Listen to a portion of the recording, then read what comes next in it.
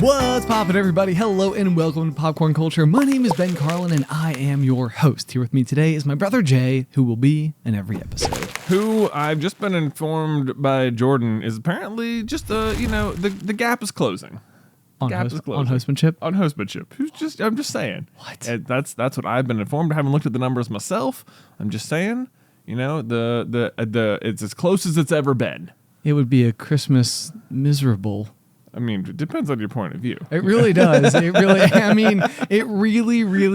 does. What is the opposite of a miracle? Okay, well here maybe a plague. Maybe as a play for the Buzzy Bee fans at home, we'll just launch right away with a corny joke. Oh, okay. There you go. Well, everyone loves a good corny joke. I think it's a good one too. Okay. It's like, it could be like almost the official corny joke of the pop. Oh, okay.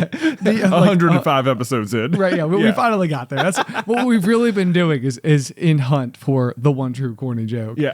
I feel like now I've overhyped it. Yeah. It's a good joke. It's a solid joke. Okay. So it's from Ariel Davies, who says, "What do you call a unicorn's father?" A unicorn's father, like popcorn. Oh, popcorn. It's popcorn. Yeah. It is. Oh, excellent. Man. Plus unicorns. Awesome. Dude, I feel like unicorns are making a serious comeback at the moment. Like, unicorns are in vogue. They are. Unicorns and rainbows. Yes. Like both things that I think it is a good time to be a unicorn and or rainbow. Yeah. I'm a big fan of both. I agree. Maybe we need okay. Last week at the flag, submissions, we had the person who had drawn like a popped piece of popcorn that looked like a duck. Yeah. And they called it a duckorn. Yeah. Maybe it's really a popcorn. Would a duckorn actually be like a unicorn duck? Right? Are like you a duckorn? A duck with a unicorn's horn? Yeah.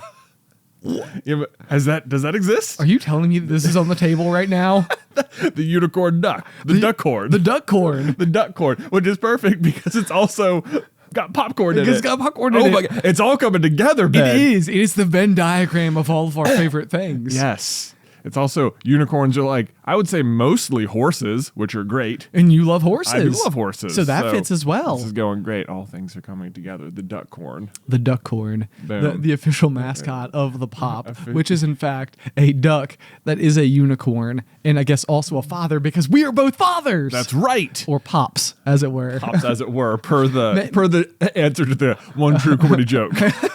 Maybe what we need to do is insist that our children refer to us as Pop. Well, this is funny. Like, our dad is already Papa John. He is. Yeah. Which is also a pizza place. It is. Of which I have been put on the no delivery list for the local Papa John's. You have. Did you know this? I did know this. Yeah. It wasn't your fault. It's infuriating to me because it kind of is. Yeah. Look, there's an eternal struggle between which of like three big pizza places is like your family's go-to for, delivery party style pizza. Whatever the black box is from Domino's right now is amazing. I would say it is good. And I've been forced to rely on Domino's recently because I've been put on the no delivery list for Papa John's. I think I'm the only one in our family who prefers Papa John's. Oh, interesting. I think you and Beth and Mom all prefer Domino's, which, it's fine. Domino's is a good choice. At least it's not Pizza Hut. No, see, I was going to say, I've gone through the... Are you a Hut man? I love the Hut. I love the Hut. Okay. I mean, I think it is so spectacularly good, but in our area or maybe even globally, they're like closing. All of them are closing. So I can't even get it delivered to my house anymore. Wow. I have to go to the Taco Bell Pizza Hut to get a personal pan pizza. The Taco Bell Pizza The PH2. The PH2, but you may as well just get the black box from Domino's then, which is just a large dish pan pizza. Yeah, it is, and it's that same style of deep dish, whatever. Yeah. But I will say that's been the thing. That's a new offering from Domino's. So we found that. We've been going that way. Anyway, tell the story about how you got blacklisted. It's so frustrating. Yeah. So one night, I was streaming on Super Carlin Gaming. Yep. I think I was just playing. I don't even remember what I was playing. It doesn't really matter. Not relevant to the story. But as I was streaming, I'm sure you've if you're familiar with the stories where people will try and call pranks on people and then have to watch the person react to it live and that's the prank. Either I know swatting was a thing where people would call police on people's houses while they were streaming. Really bad. Really bad. Really don't do this. Super duper not cool. Yeah. Definitely don't do this ever. It is an insane invasion of privacy and extremely rude, and do not do it. It's not cool. Whoever you are better than this. I have faith in you. I forgive you, but I know you can do better. I don't know what brought you to do it, but whatever. I like to think that the person is in fact listening and they were like, oh, I didn't know. Yeah. Oh my gosh. Well, but at least he believes in me that I can do better. You can do better. I don't know what path your life took that you thought this would be a good idea. It wasn't, but it's okay. Anyway, I was streaming, and all of a sudden, and it's like, 10 or 11 at night. Everyone is already in bed, except for me in the house, including like Beth, all the kids, and someone is just banging on the door at like 10:30 at night, and Beth is like freaking out because she's like, "What's going on?" No doubt, it would freak me out. Yeah, I am like not a fan of late night visitors. Yeah, so. no one is, and I like immediately come up to investigate like what is going on, what emergency is happening. Right, the emergency is absolutely nothing, other than that basically someone has found a way to locate my home address. Super not cool. And then called in a pizza order from Pizza Hut and Domino's and Papa John's to all come to my house basically at the same time. So I got out there and there were already 2 pizza guys out there with pizzas. So similar delivery time for everyone, I guess. Learned that. So there's that. So there's that. Not that it matters, because then they're like they're talking to me like, you didn't order this pizza? And they're like, are you Jonathan Carlin? And I'm like, yeah. And they're like, we have an order for you. And I'm like, I didn't do that. And like, I'm sort of like piecing it together as it's happening, like what happened. Right. And I'm like, they were like cash orders too. Yeah. So yeah. like, They're certainly, they're not paid for. It's not like someone bought me 3 pizzas. Right. That at least would have been very rude and still bad, but at least I would have had pizza. Right. Yeah. They're like, you owe us money. And I'm like, I didn't order this pizza. And they're like, all right, we're going to take you off our you're being put on our no delivery list. They're like looking at me like, because this right here, this is a waste of money. Like the pizza. Right. They just wasted ingredients. And I'm like, I agree with you. Right. It is. It's like, hold on, can I stand next to you to assure you I too am upset at this situation. Look, we here, the 3 of us, you Papa John's guy, you Domino's guy, me, we are all victims in the situation. Right. Okay? Me more than you and your $5 pizza. All right? Someone has invaded my privacy and inconvenienced you. I understand. Why are you punishing me because someone did this to me? It's very frustrating. I mean, the message to go out there, though, is that this is not something that will work again at the very least. So there's that. That's true. That's a very, very thin crust silver lining. Yeah. Oh, well, nice then's crust reference. Yeah. Thanks. Anyway, so I guess there's that. But now I can't. Now if I want Papa John's, I have to either get pickup or, basically pickup. Because when's the last time anyone ate at the pizza place? Here's the thing. Oh, that's a good question. Yeah. That's a very good question. I feel like growing up, we had like this Reader of the Month club. I don't even remember how this worked, but somehow, some way, you could get a like Pizza Hut personal pan pizza for like reading a book. There was like an accelerated reader reward for Pizza Hut. And I loved it. Me too. Because it was like, I think this was the thing, is that growing up, we had, our parents are both from the state of New York growing up. And so I feel like they very much had their opinions about pizza. And it was that the big box places were not where you got pizza from. Yeah. So they would always get pizza from a local place called Frank's, which is good pizza. But I think that like we always had it. Yeah. And so I think what really happened for me is that the big chain pizza places became like such a treat. And I really would get excited about it. And it's like one of those weird things that like it's a programming in my brain that started when I was a kid, and now it can't be undone.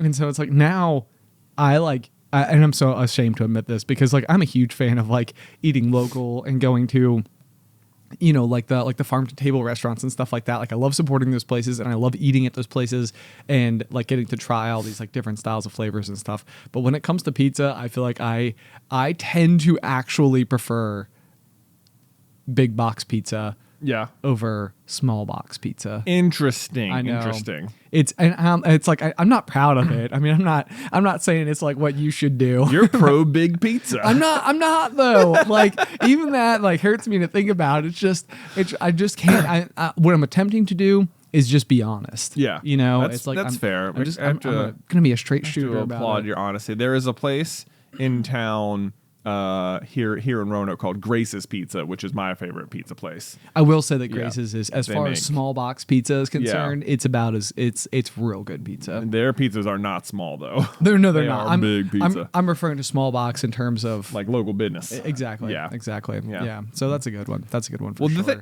I think it was interesting because you're right. We would always get Frank's growing up. That was like the local pizza place that wasn't like Pizza Hut or Domino's or something. Right. And I think this would have set us down a tremendous path, except that Frank's, they only made kind of okay pizza.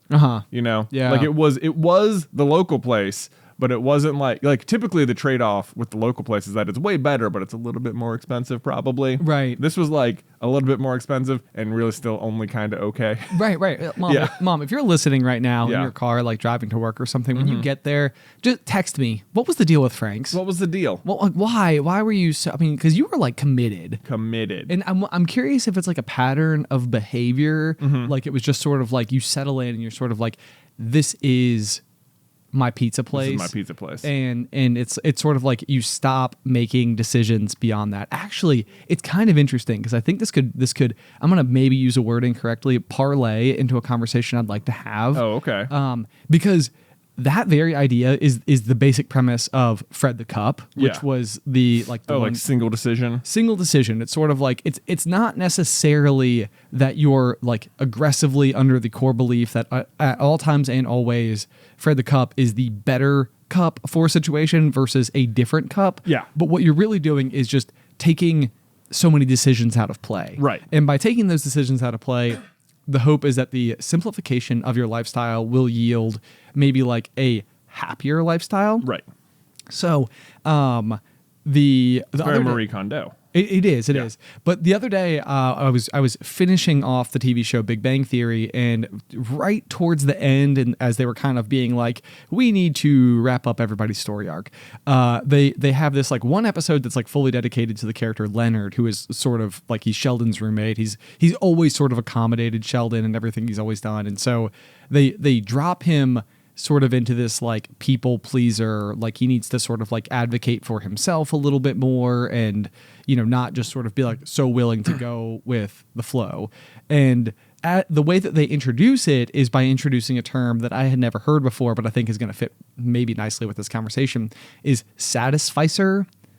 Satisficer? Yes, a Satisficer. Okay. And so a Satisficer is a word that is a portmanteau of two words, which I have written down here. Satisfier and a sufficer, basically, is the idea. So the concept is introduced by Nobel Prize winning economist Herbert A. Simon. So it turned out like the way that they described it in the show, and this is not uncommon for the show Big Bang to like be talking about like real world psychological stuff, but I actually don't think the word satisficer is a very cool word. It's like it feels a little like imperfect. It doesn't immediately bring to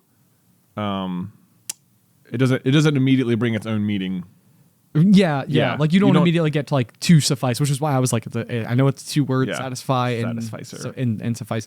So, but anyway, it is a real thing. And the idea is that there is actually two different sides of the equation. So the way that Big Bang basically describes satisficer is that you're just sort of like go with the flow. Like you don't want to rock the boat. So at all points in time, if everybody wants to get Chinese, then you'll get Chinese because it's not worth making a fuss over wanting pizza instead.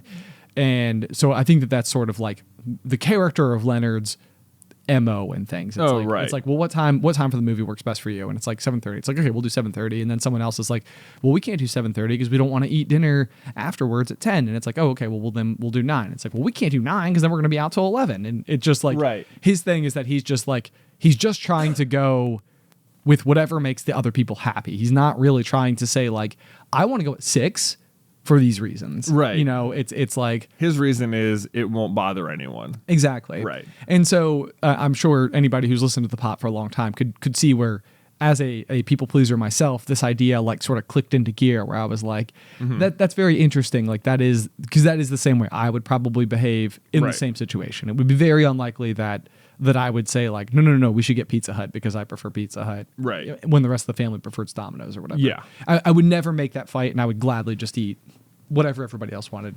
Yeah. Every time anyway. But so on the opposite end of the spectrum is a maximizer. So you have Satisficer and Maximizer, and I'm going to read the sort of like characteristics of the two, and I'm just kind of curious to see whether or not you fall into one or if your relationship with both of these ideas might be more circumstantial. Okay. Because I'm not totally sure. Like as I was reading them, I was like, "Oh, that's me," and then I was like, "But that's also me." Okay. Yeah. I see. So tell me what you think. You're either a maximizer, a person who strives to make a choice that will give them the maximum benefit later on, or a satisficer whose choices are determined by more modest criteria and nothing more. And does that make sense? Like, I think so. Okay. So the idea here is that the maximizer might spend way more time making sure that the decision is like absolutely perfect in every way. And as a result, what you might end up with is really, really, really strong decisions always. And that and I think at least conceptually, you might believe that you'll be very assured by those decisions because you will have taken all of the necessary steps to know that you made the right choice. Right. Does that make sense? Yeah. Versus this idea of the satisficer, which might just sort of be like, this is fine. Yeah. Like this one will work.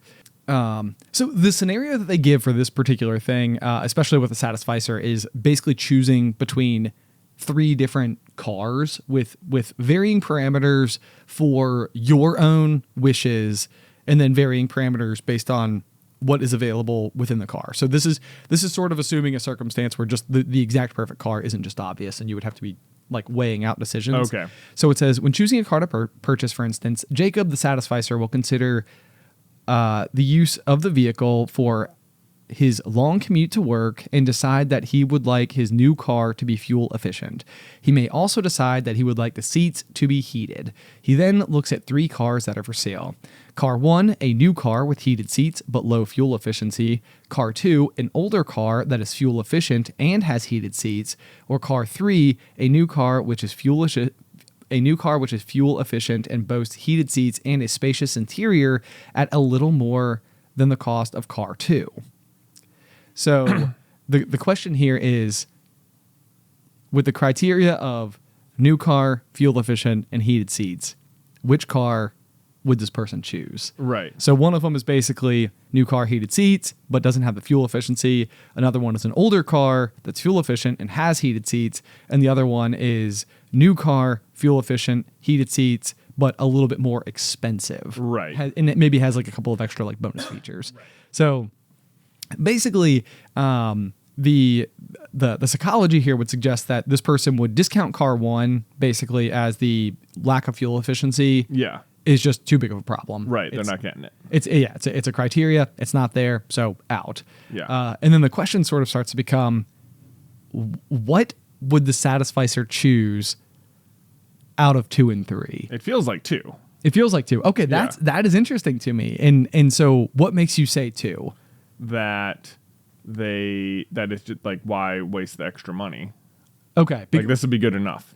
Okay. Yeah. And so you're actually exactly right. With a choice between cars 2 and 3, he might reject the benefit of the additional space of the third car as being unnecessary and a lavish additional expense, instead opting to buy car 2 as it meets his initial decision-making criteria.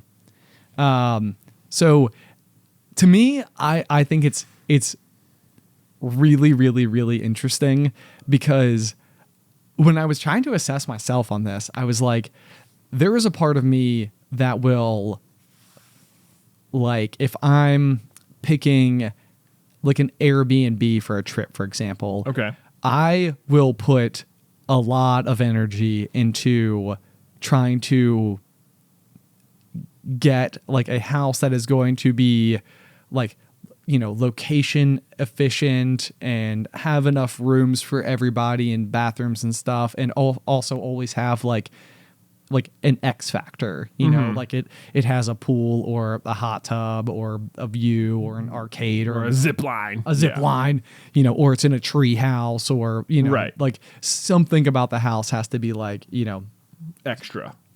Mm-hmm. And so like for me, this is the type of thing where I will spend like a huge amount of time obsessing over like moving toggles and maybe like trying to like determine like like what like okay like if we do this but then we lose that, but if we do this then we do this, and it's like I'm always trying to like whittle down to where I can get to that final decision where it's like, okay, this one is the most location specific while still offering an X factor and also has this. Okay. But I probably would be willing to sacrifice on location a little bit, not a lot of it, but a little bit, right, in order to make sure that X factor made it in. Right. And it's like it's so weird to me because I'm like, okay, like in this sense, I definitely feel like you're the maximizer. Like I'm the maximizer. Right. But then on the flip end of things, like I said, like with like the dinner example, I'm totally just the like whatever works. Right. Whatever works. Like whatever's gonna make everybody happy is good for me. Like no problem at dinner, all. Like dinner's pretty low stakes for the most part. It certainly is, right. But and maybe maybe it's just a bad example. I'm trying to think of anything else that like where I might have, I don't know, something that can be more meaningful, or we could just assume that dinner is that meaningful. Right. So I don't know. I just thought it was interesting, and I was curious to know, what do you think you are? What do I think I am? I mean, gosh, I don't know. I think, it's probably fairly situational. I think for the most part, I'm pretty go with the flow. Especially if it was like about like what pizza place do you want for dinner? Like right. I might have a preference and I might offer it up, but at the end of the day, like I like pizza, there's no, I'm not going to be like, I'm sorry. If we didn't get what I wanted, then forget it. I'm not eating this. I'm not going to be like, cause a huge fuss about it or anything. But I do, I don't know. I think I would, the higher the stakes, the more like maximizer I'm going to be. Like if we're at like Disney World or something, I am like, how much can we get done?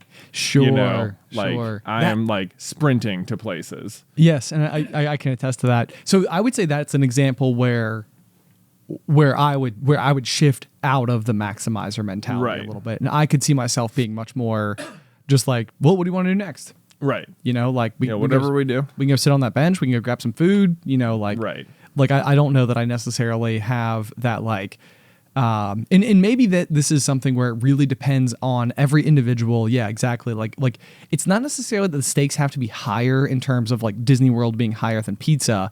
It's so much more of like your individual relationship with what those stakes are. Right. Cause like, I would say like in the case of like picking an Airbnb, it's like when we're, if Beth and I are finding an Airbnb, like we'll click around a bunch and we'll try and find something, cool. But at the end of the day, to me, like where we're staying is often like way less important because we're just not going to be there. Like the point of the trip isn't the place itself.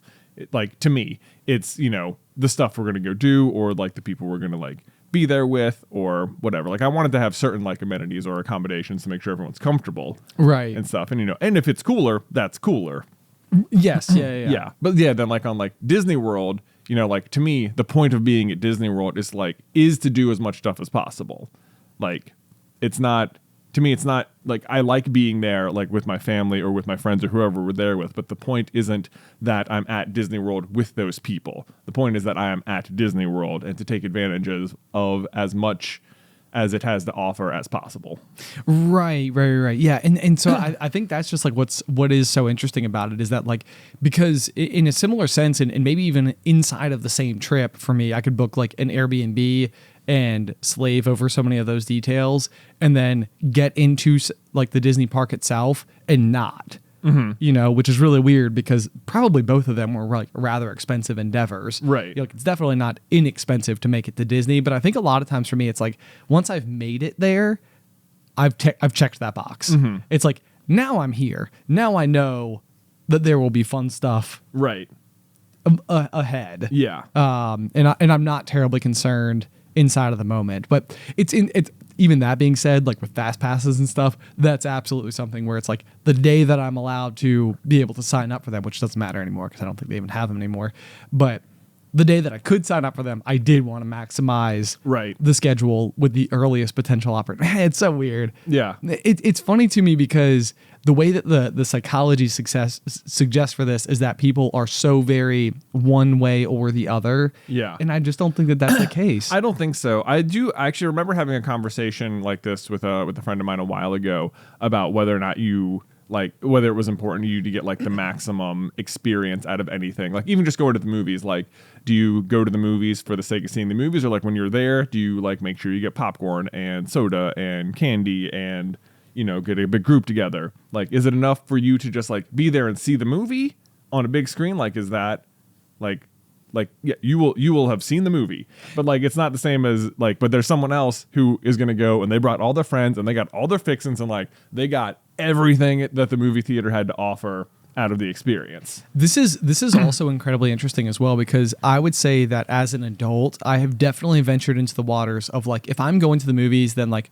I'm getting a popcorn and a drink, right? And like I'm excited to like do all the things and like make a big, I don't know, like an event out of it, I guess. But I do remember a huge period of time, like probably in early, middle school, or not early middle school, later middle school into high school and stuff, where like the go-to date was going to the movie theater. Right. And I do remember that it was sort of like at that point in time, the movie was like I was excited that a girl agreed to go to the movie theater with me. Right. And it was sort of like, so at that point in time, what I think is interesting about it is that like in both instances, I don't really think the movie is the main attraction for me. Okay. It's like, for one, like if I go now as an adult, it's almost like I get to go into like a nice, like cool space. I know there will be something entertaining going on. I'm usually doing it with my friends, and like I'm excited because I get to sort of like, just eat junk food, because going to the movie theaters to me is synonymous with like the opportunity to do that in a completely guilt-free sense. Like I'm not sitting, if I eat an entire like bucket of jumbo popcorn with like butter on it, I don't even feel bad about it. It's like, this is part of what I get when I go to the movies. Right. This is like my predetermined benefit, decision, excitement, right, all the rest. But it's not so much about the movie that like I would even want that experience without the accoutrement, yeah, like without the extra bits, right. And going back then, it's like it wasn't about going to the movies. And if anything, most of the time it was like, which one haven't I seen yet? Because what I'm really excited about is the opportunity that like to go to the movies like with this girl, right, who agreed to see me. Interesting. Which is exciting. Right. But during that period of time, I would never get popcorn or anything. Yeah. Like whenever I was like on a date, like and I think it's because at that point in time, it wasn't about the popcorn. Right. It was about sitting next to the girl for 2 hours. Exactly. Yeah. Yes. See, this is so interesting to me. This feels like this ties back in like with what we were talking about last week, where you said like Alice was like, you should never see me like speak so enthusiastically about something as I did when I was talking about football. Right. It's like, for me, like it is the movie. Like, oh really? Yeah. Like I want to have consumed the movie. Like that is what's exciting for me, is seeing the movie. Interesting. And like this is the same thing. Maybe not interesting. Maybe that makes a lot of sense. I'm sure more people will agree with you than me. I don't know. Okay. This is like the same thing last week. It's like we were talking about like playing games. It's like lots of people have game nights. You get to hang out with your friends. It's like I enjoy the hanging out with my friends part of game night and having people over and catching up and stuff. But like I really want to play. Interesting. Like I am absorbed in the game. Even this is it's fascinating to me because of the fact that you and I spend so much time together and the extreme difference. Like I would literally use a game purely for the sake of giving a vehicle to spending time together. Right. So like to me, it has absolutely nothing to do with the game and everything to do with the fact that this is like even if we stopped playing the game midway through because we started the conversation about something else and just abandoned it, like then that would be completely fine with me. Like that would not even be like a concern. Yeah. But I also feel like, yeah, so but on my end of it too, it would almost be stressful to think of it as just gameplay. Like that's what we're here for. Right. This is serious. It's making me uncomfortable to think about not finishing. Oh, yeah. Just right. thinking about it, I'm like, no. Right. I can't, that would bother me. Right. Yeah. Interesting. Okay. But then I will say, as we continue to like peel back the different circumstances and layers, Yeah. like one of the things that Alice likes to do. So like the other day we were talking about like what would be like our ideal vacations, and whenever I'm traveling somewhere, I really like it. And maybe this is almost like you with like the board game, like where there is a very specific intended activity, like where I know I won't be bored because I will be fully engaged in the activity. Right. So like I've always said, like I would really love to go out to like out west to like a great big ski resort where it's like, you know, that first and foremost you'll be able to like get up early in the morning and go and like ride all day, and then at the end of the day you're sort of in this like almost like euphoric, punch drunk, just like, oh my gosh, how much fun was that today? And like, you're eating chili and drinking hot chocolate. And right. Like, it's like everything is fun because like there was this like activity that like you knew you got to go and do that was going to consume so much of your energy. Whereas like one of the things that Alice would love to do is, and we've done this before, is like go and just literally intentionally get lost in Paris. And like the idea is that like we're not going anywhere. Like we're not intending to go like, to this one renowned restaurant on the corner of whatever, with a view of the Eiffel Tower. It's like literally just, this is a street we haven't seen before. Let's walk down it. Right. That's a store. I've never seen a store like this before. Let's walk in it. Like while we're in the store, let's look at things. We don't need to buy anything. We'll just look at things. Yeah. And it's like, to me, I'm like, but what's the goal? Right. It made me anxious. I'm like, what are we doing? I know. It's like, I feel like we're only going to be here for like a week and we're doing this and this isn't anything. Right. Yeah. Yes. But to her, it's everything. It's like, right. this is the point. Like what she's doing is just literally attempting to see what it would be like. She's almost just dropping herself in to this faraway place as if she just exists there anyway. And I think that that's what she likes to do, is just go and like take it in that way. Right. Like, and so it's like what feels like just kind of blindly walking through this park and staring at ducks in a fountain, to her is like, this is what it feels like to live in Paris and to be able to stare at ducks that are in a fountain. Yeah.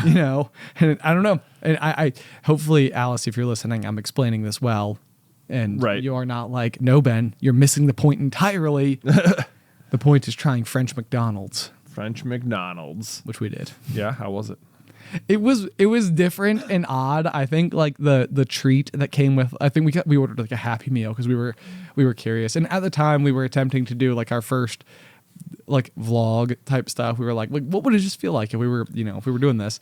And so one of the things we were like, well, maybe it'll be like a segment for us where like if we're everywhere we internationally travel, we'll try the McDonald's. And so they're like, this was French McDonald's, this was German McDonald's. Yeah. And now that I'm really like saying it back, I'm like, was this a good idea at all?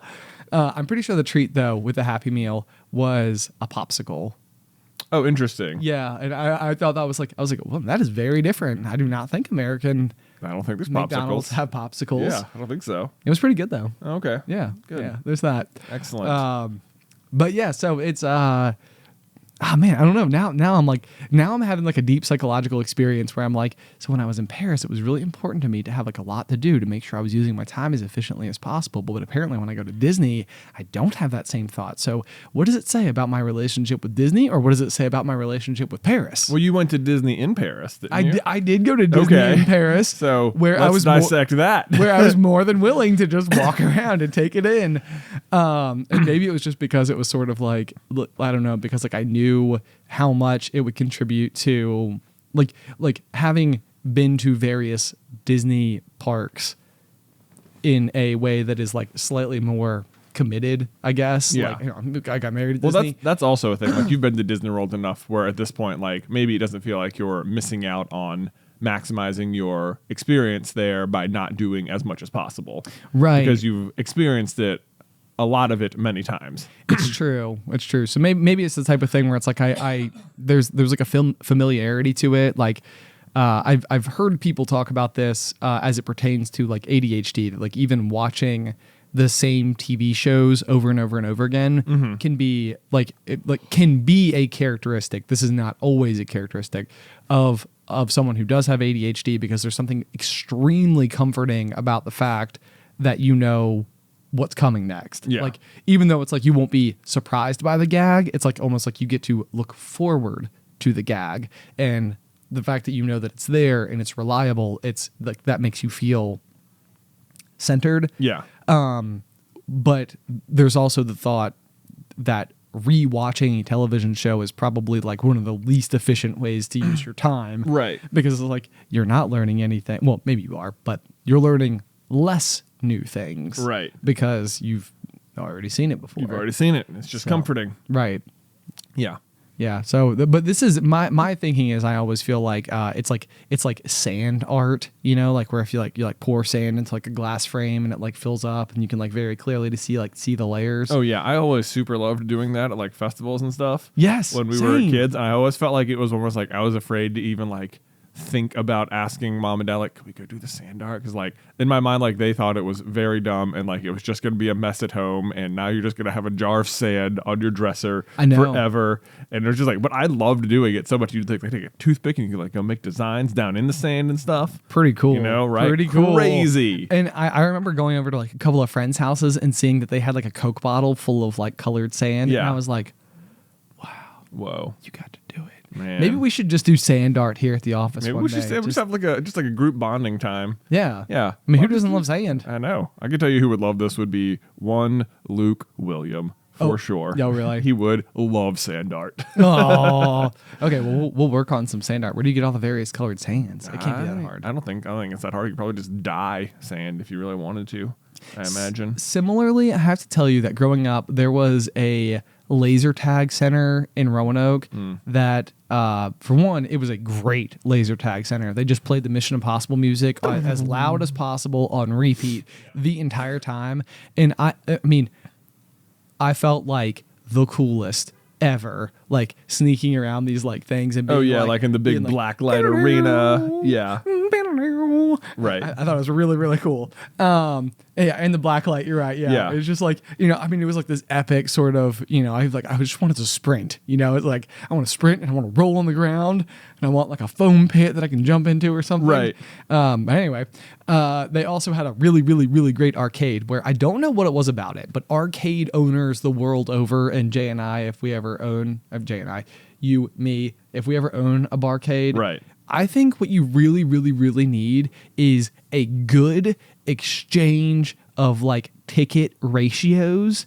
Okay. To like what the yield can be. And I feel like this particular location, it was like you could go and like play arcade games and you would walk away with like 300-400 tickets, which was like enough to go and actually like get stuff. Right. You know, it was like the tickets actually went places. Yeah. And it made it so much fun to go, because like at the end of the day you could go and like walk out with like, I don't know, like 5 king size candy bars or something. Right. And, you know, as like a 10-year-old, it was like you were it was like wealth.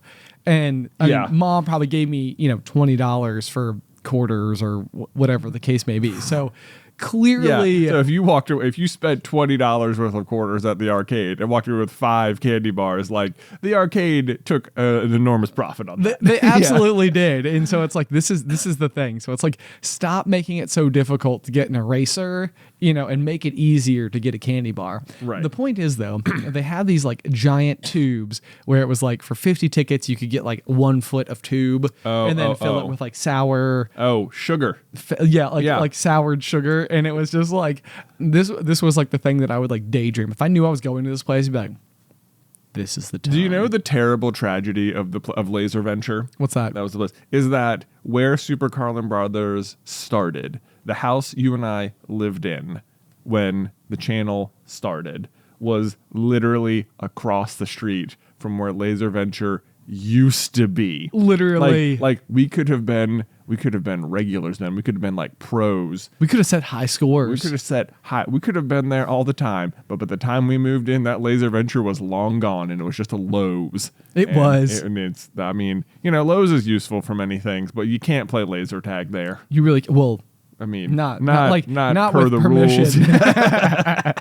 Not to say we didn't go into many Lowe's or Home Depot in high school and be like, guys, we're playing hide and seek. Let's go. Yeah, I'm behind the big cords. There's plenty of great hiding spots inside of a Lowe's, let me tell you. There are infinite, basically. I mean, yeah, and you're good. I mean, and the thing is about playing at Lowe's is that you're both playing against your friends and the staff. Right? Like, they don't want you there. No, they sure don't. But they can't find you.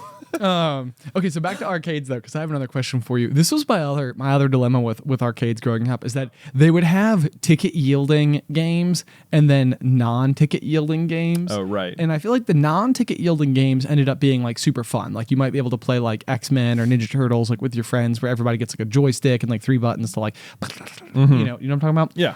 The problem is they don't give tickets. I don't give tickets.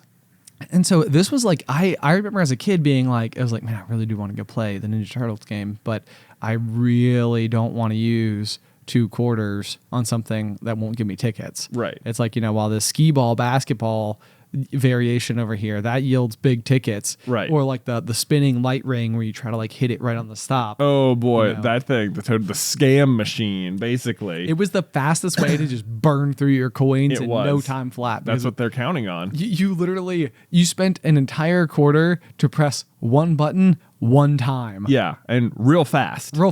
And like so fast, you're like, I can do it again. And you're like, oh, I got the 9 right next to the jackpot. I can totally do this. Right. But it's like, you know what? You can't, because you're only even allowed to hit the jackpot like once every 10 games if you hit the jackpot. Yeah. So I don't know if you've seen the Mark Rober video on breaking this exact game. Oh, really? Yeah, but it's like they like basically build a machine that should not miss ever. And it does. Still, like, even if you hit it exactly right, like it's only like on every few games that like the jackpot will be an available target. Which is so annoying. So even if you're getting it, even if you are fast enough, like it's gonna like slide you to the side. Right. Yeah. Right. And I have won it before. Yeah. Which was like, that's like one of those things where you're like, you know, like it makes a bunch of noise and lights up and everything, and it's very exciting. But as a kid, total sucker for this particular thing. And it's like, it's a bummer too. I mean, maybe this is good for parents because like in the scheme of things, they only really want to spend like an hour and a half right with you like running around and doing this. And if we played like Ninja Turtles and it's like 10 minutes each game, we're going to be there forever. Right. You know, because we're just going to keep playing versus just like coin in, button press, done. What did that cost me? Like 9 seconds? Yeah. Basically it.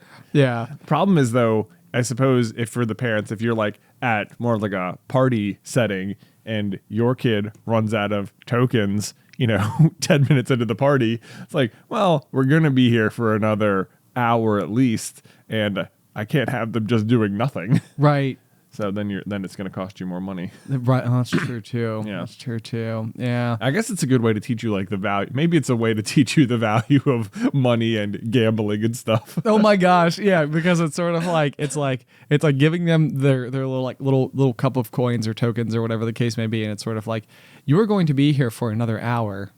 Figure it out. Yeah. How are you going to allocate these? Now, this is an interesting development because you mentioned the X-Men game at the Laser Venture. Yeah. And this was like I don't know, maybe you know exactly the X-Men arcade game I'm talking about, but it was a giant machine. You could play 6 players, you know, wherever you were, that was the character you were. And like everyone I knew exactly what the X-Men machine at the Laser Venture was. Yeah. Like it was like this a famous was the one. machine. It was like a famous machine. And this is like one of those things, like it was like important to me to like play the game. Like it's like I wanted people to like care about beating it and be like, guys, we're just gonna do it. We're gonna get 6 people. We're gonna go through and do it. But what about the tickets? Yeah, exactly. Well, of course. So, like, what about the tickets? Also, to you know, first of all, the game is hard, of course, because they want you to waste quarters. Right. And 2, most people. That's to say that the people you're playing with are any good at the game at all. Which of course you're not, because you never get time to play because it costs you money to play, and you die quickly because the game is hard because they want you to spend quarters. And it's like, you can't really beat the game with just 2 people or something because you need all 6 people to beat it because the game like isn't like scaled based on the number of people playing. Yeah, like if there's 10 foot soldiers, whether or not there's 2 of you playing or 6 of you playing. Right, so. like good luck. You're not going to beat it by yourself or anything. Anyway, fast forward to modern day where arcades are not so much a thing anymore. I'm sure someone listening knows about the X-Men machine though. But I remember being on the App Store one day and noticing that the X-Men arcade game was just on the App Store. Really? It was right there. You could just download it, boom, play it as much as you want, no quarters required, just download it for free. Why haven't we done this? Game. Well, this was such a thing because the same problem occurs in that you only have your one person.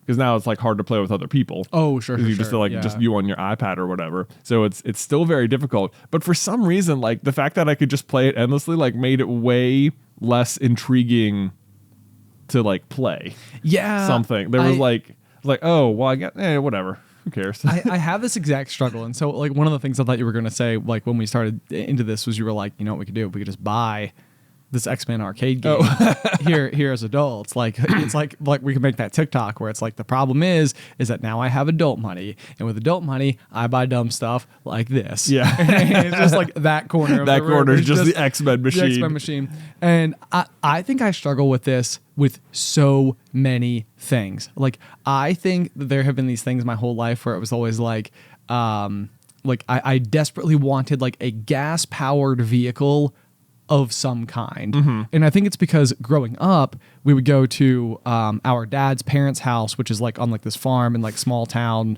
New York, where they had this like Honda 3-wheeler, which is from like 1980, I want to say, or something. It's like it's old. It's very old, but it was like the highlight of my year was getting to ride that 3-wheeler. Yeah. And it was like this opportunity where I just felt like I was being given so much like individual fun time freedom, where it was like, this thing goes fast, this thing can like tackle like bumps and rocks and like, there's that one stretch where you can just gun it and go as fast as it can go. And it was like, it's just like, I don't know, I wanted it. And as an adult now, I still want it. You still want the 3-wheeler? Well, maybe not the 3-wheeler. You can probably have it. Maybe not the 3-wheeler specifically, because I do think that as big as it seemed when we were kids, maybe on some level it was made for kids, and now I would want something that was made for right, like full size Ben instead of fun size Ben. Yeah, and but so it's like one of these things where I like, for our friend Mike's bachelor party, we went out and we had booked these I don't even know what they're called, side by sides. They're like the ATV cars. Yeah, with like 4 seats. You remember? Yes, I do. Okay. Yeah, sorry, I was the like Prowlers. Yeah. I was like, you were there. I was there. I drove. But this is like, so we went out and we were like in the woods, and like there's all these liability reasons you have to be careful about, because this is like a resort that is renting them to you. So like you have a guide who's out front who pretty much is like, if you pass the guide, then like you're out. You don't get to play with the ATVs anymore. It's not like a free for all, like whatever. You're basically just driving on a dirt road with some mud puddles on it through the woods. Right. And so like coming home from that, I was like, that was the most fun thing ever. And what we really need to do is I need all of my friends to go out and buy these like ATV cars. Right. So that we can take them somewhere where there isn't rules. Yeah. And we can just go for it. We can just go. Right. But then my concern is just like the arcade machine, is that we'll get them and then like, will it be less fun if you can just go? Like, will it be less fun if it's not like, if there's no barrier to entry? There's no barrier. It's like part of what makes something fun is the cost of admission. Ooh, that's interesting.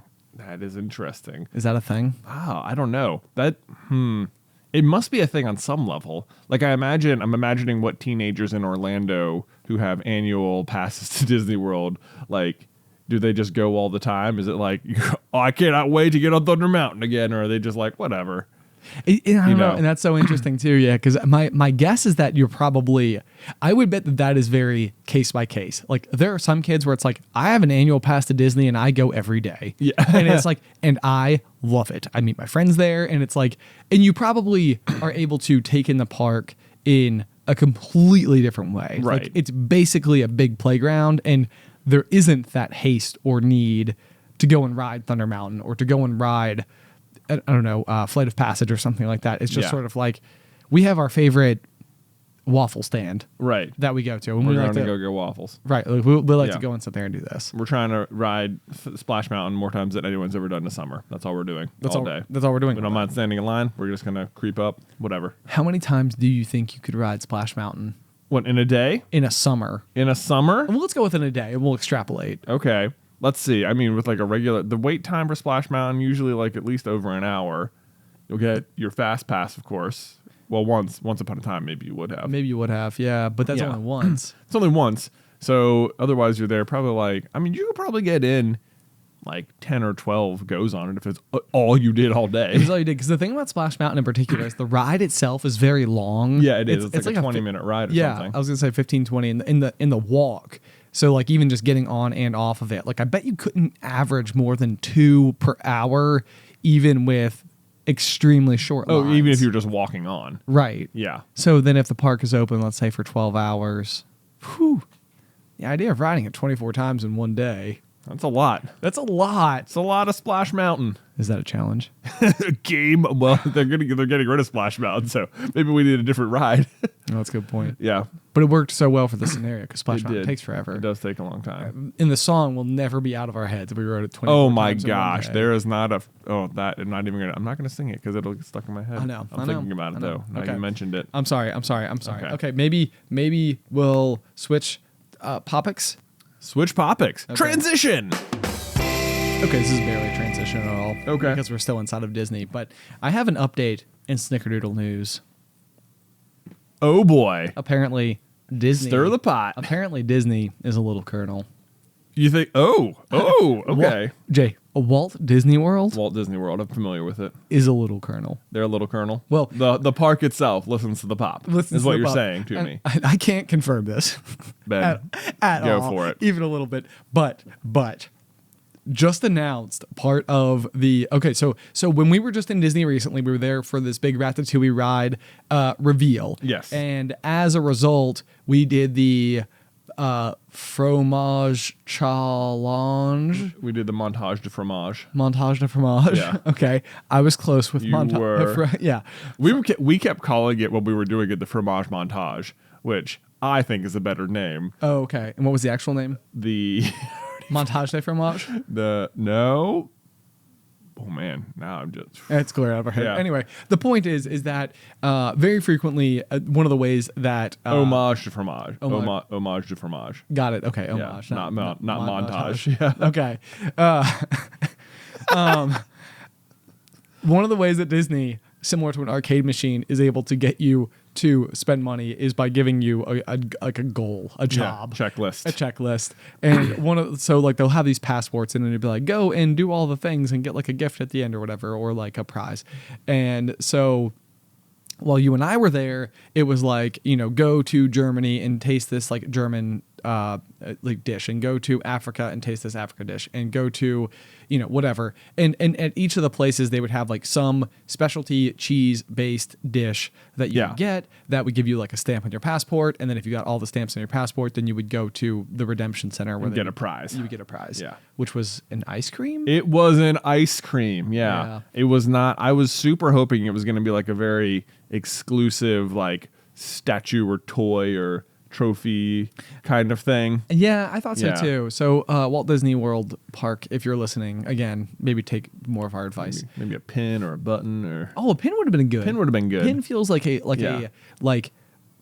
not expensive way to reward you with something exclusive, physical. Especially when you just ate a bunch of cheese. Well, so the fun thing about the homage de fromage is that it's part of the Wine and Cheese Festival or Wine and Food Festival. Wine and Cheese. Huh. Anyway, it's part of the festival. And the way I think retroactively I'm understanding it is that it's more something you might do over the course of the Wine and Food Festival. Food and Wine Festival. Like if you frequent the parks a lot throughout the happening of this festival, you can like get another one every time you come. Yes. Me and you were like, okay, they handed us this. We have a day. It is like my interpretation like is so through the lens of someone who would like only be at Epcot for one day. Like in my mind, that's how most people experience the parks. It's like you are at whatever park you're at for one day of that trip. Like, but to me, the challenge is much more for people almost much. It's not even a challenge. It's just like something you could do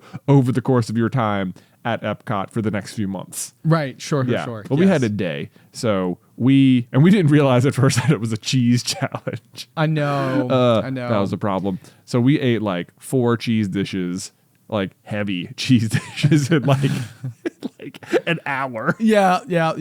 And then we went on Soarin'. Yeah. That was smart. No, but the point is that right now they just launched the one that they have, I think, for like the winter months, and this go round it's like a cookie extraordinaire of some kind where the passport stamps you're trying to get. Snickerdoodles. Here we go. Snickerdoodles are back. And in Canada they have the Snickers Doodle cookie. Oh, do they?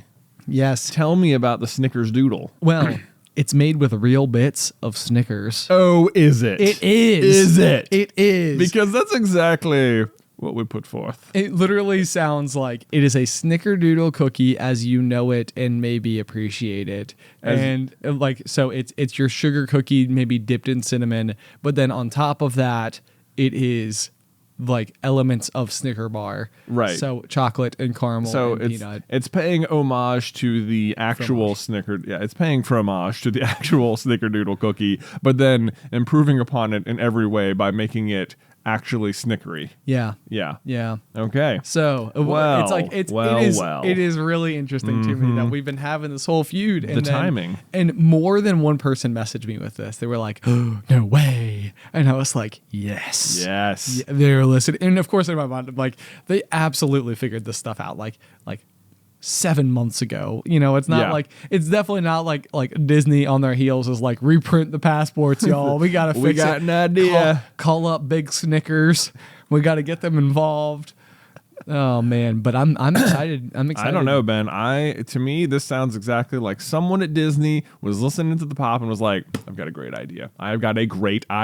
Because you want to know what people will be disappointed about is if they're doing the cookie tour of Epcot and they get to Canada, which is maybe not one of the more exciting pavilions. Yeah. No offense, Canada, at all.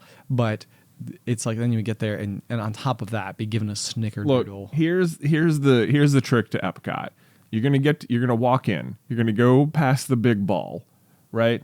You're gonna be like, ooh, awesome, cool, Spaceship Earth. Yeah, you're gonna get there and you're gonna go left and maybe you're gonna go right to wherever, but eventually you're gonna make your way to the World Showcase, which is the big loop around the lake where all the countries are. Right. And here's what you're going to want to do. You're walking away from Spaceship Earth, the big ball. When you get to the World Showcase, you're going to want to turn left.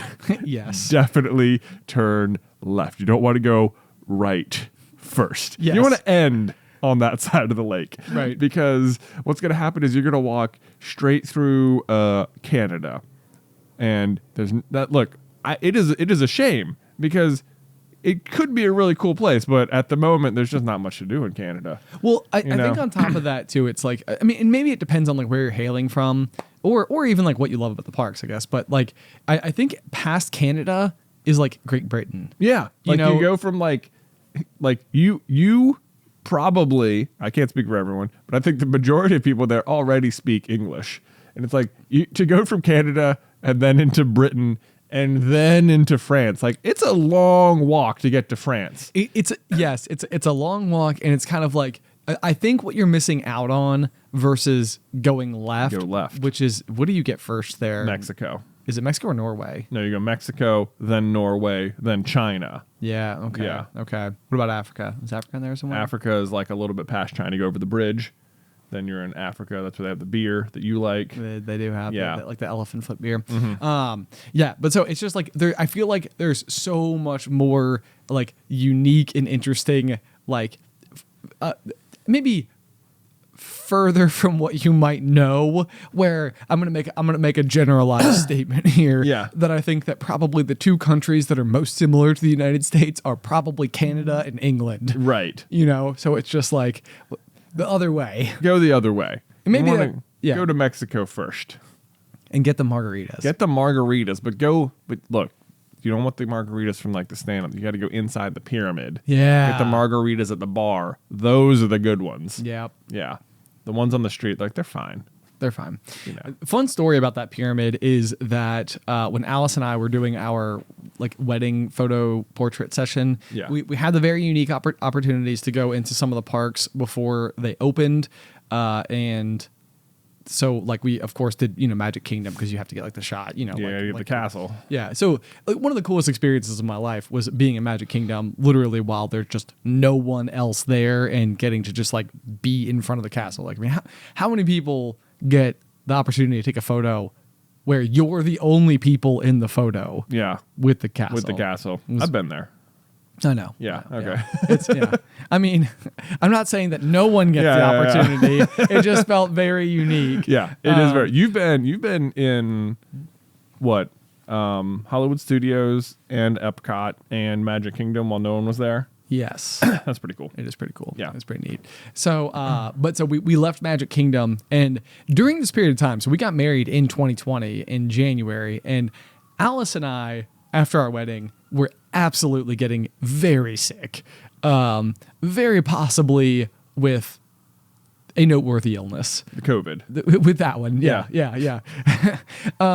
So like, we're not feeling great, and it is absolutely hitting us on this morning where we got up at like 2 a.m. to do, like hair and makeup and do all the stuff, and you get to the park, and like it was cold because it was January. Alice is just in her wedding dress, which is not insulated, and so like we get through all the Magic Kingdom stuff, and I think everything there is good. We're fine. We're hanging in there. Although literally inside of my pockets of my tuxedo jacket were just like tissues and cough drops and all sorts of stuff. We get over to Epcot, and we're just feeling absolutely miserable. And they were like, "Well, where do you guys want to go?" And we're like, "Well, we had like our fireworks session in like the Italy pavilion or whatever, so we did that there, but then we went over to the pyramid. Oh my god, I almost said castle. The pyramid in Mexico, and we're taking these pictures, and I was so excited to take these pictures there because Alice and I love going to that place. It's like one of our absolute favorite stops. Yeah, but at this point in time, we are toast. We are done. And so it's like we got like all these like pictures, and they like it wasn't that like the photography was bad or anything like that. I just don't think Alice and I like had it in us to look like super excited, happy, newlywed people. All we really wanted to do was get back to our beds, which is literally what we did, and then spent the next like 3 days in our hotel room just sick. Sorry about that. That's okay.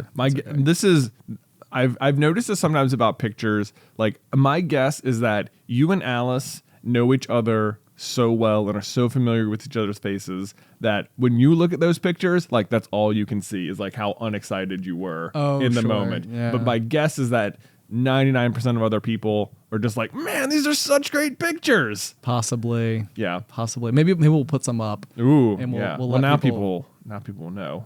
They'll know how I feel. So they can project. They've been affected perhaps by the photos. They've been infected. Interesting. I wonder if I don't know how to fix this.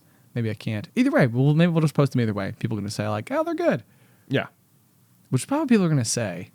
Maybe. Yeah. People are going to be like, wow, you guys look terrible. I can tell you were coming down with something. You were coming, yeah. Maybe don't say that either. That might just make me sad. Just lie. You look great. You look great. Yeah, we'll go with that. Okay, let's move on here. Okay. So I see that you here have a note that says that Luke got a new Berenstain Bears book about the gimmies. Yeah. This is like a super long story, but it was very funny. So for his birth, like Luke loves the Berenstain Bear books. And so for his birthday, we got him a couple of new ones. And one of them was the Berenstain Bears Get the Gimmies or whatever, which is exactly what it sounds like. It's just about brother and sister bear. They pass the checkout and they like want candy and they make a fuss, and then they want to ride on the little bucking frog outside of the store and they make a fuss, and someone's selling toys in the parking lot and they're like, gimme, whatever. Okay, good. So the whole point of the story is that like they're not counting their blessings, they're not like being appreciative of the stuff they have, they're embarrassing their parents everywhere they go, and they're like trying to like teach them the importance of not doing that and not being so greedy all the time. Like that's the point of the book or whatever. So like we're reading through it the first time and Luke is like, they're just not listening. And I was like, that's right. They're not listening. Very good. You understand. Like, I'm glad you're taking the takeaway here. Because, like, you know, it's certainly something when you've got, like, toddlers and 3 and 4 year olds and stuff, like, you're going to have to deal with this for sure. Like, they're going to fuss at some point because they want something and you're not going to want to, you know, give in or whatever. Sure. But so then the next night we're reading it, and he's like, I just want the one where they're not listening. And I'm like, okay. So we're reading the Gimme's book again, and he's like, and you know, we go to turn one of the pages, and he's just like, or I read one of the paragraphs about Mama and Papa not wanting to give in. And they're like, they're not listening. And I'm like, wait, who's not listening? And he's like, they're Mama and Papa, like they're not getting them what they want. Oh no! And I'm like, oh no, you have interpreted this poorly. Oh gosh! In his mind, the parents are the ones who aren't listening because the kids are fussing and they're not getting what they want. Oh dear! I was like, oh no. It's like, oh, but you're smart. Like, you're right. 2 people are, like, in a way, they're not listening. But, oh, man. So, yeah. It's almost like as a 4-year-old, he's not really understanding the struggle that is being a parent and not being able to give your children everything they want. Yeah. Basically. Interestingly, about the Berenstain Bears, as I think I maybe have told the story before. So if you've heard it, then I'm sorry. But I do remember like one of my first ever like glass shatter moments was with a Berenstain Bears book where something happened and it was like, this is a thing. And I didn't know it was a thing. Oh, what was it? It was the green-eyed monster. Oh, we don't have that one. Oh my gosh. I remember like someone's getting greedy or someone's getting jealous, I guess. Someone gets jealous. So yeah, I think that it is like maybe like the sister bear's birthday and she's given like a new bicycle and like the brother bear is like green with envy. Yeah. And it's like the first time someone had ever like articulated something to me that I had absolutely felt before. Right. I had absolutely no idea that like it was both validating and very like exposing. Yeah. Like at the same time I was like, oh yeah, like my secret shame. Right. You're like, oh, I felt that way. Wait, they're saying it was a bad thing. Right. Yes. Because I remember going to birthday parties as a kid, and you remember this about me, I think, as a kid, but I loved my birthday parties. Yeah. I thought they were so much fun, and I would start like my birthday's in October, and I would start planning them like in July. We'd be like driving home from dinner with Dad. That would always be the case. Yeah, like Mom would be like, we'd always be driving up to dinner on Friday night. And, you know, this was, you know, pre, you know, phones or having a Game Boy or something or anything. So it was just like silence in the car. There's no TVs in the car or anything.